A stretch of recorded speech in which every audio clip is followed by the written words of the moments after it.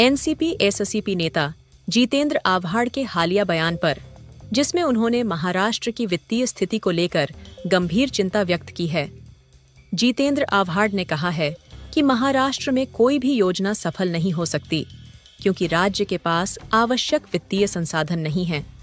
उन्होंने reserve bank से 1 सप्ताह के भीतर 3000 करोड़ रुपए की मांग की है।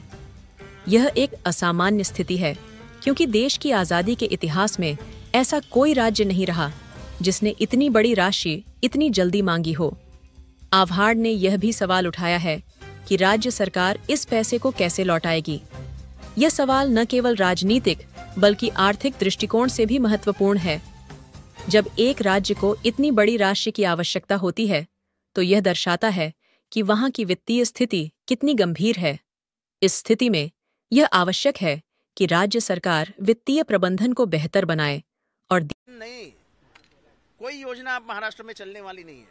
पैसे ही नहीं है महाराष्ट्र के पास। इसलिए इन लोगों ने रिजर्व बैंक से कहा है कि हमको हफ्ते में 3000 करोड़ रुपया दे दीजिए।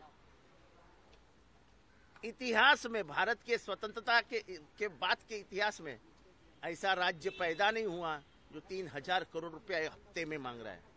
12000 करोड़ रुपया साल का, 12 महीने का कितना हो गया? कहां से देंगे इतना पैसा वापस? टैक्स पेयर्स के ऊपर कुछ ध्यान है कि नहीं है? महाराष्ट्र को खाई में डाल रहे हैं और ऊपर से कर्जों का ढेर उस पे जमा हो रहा है।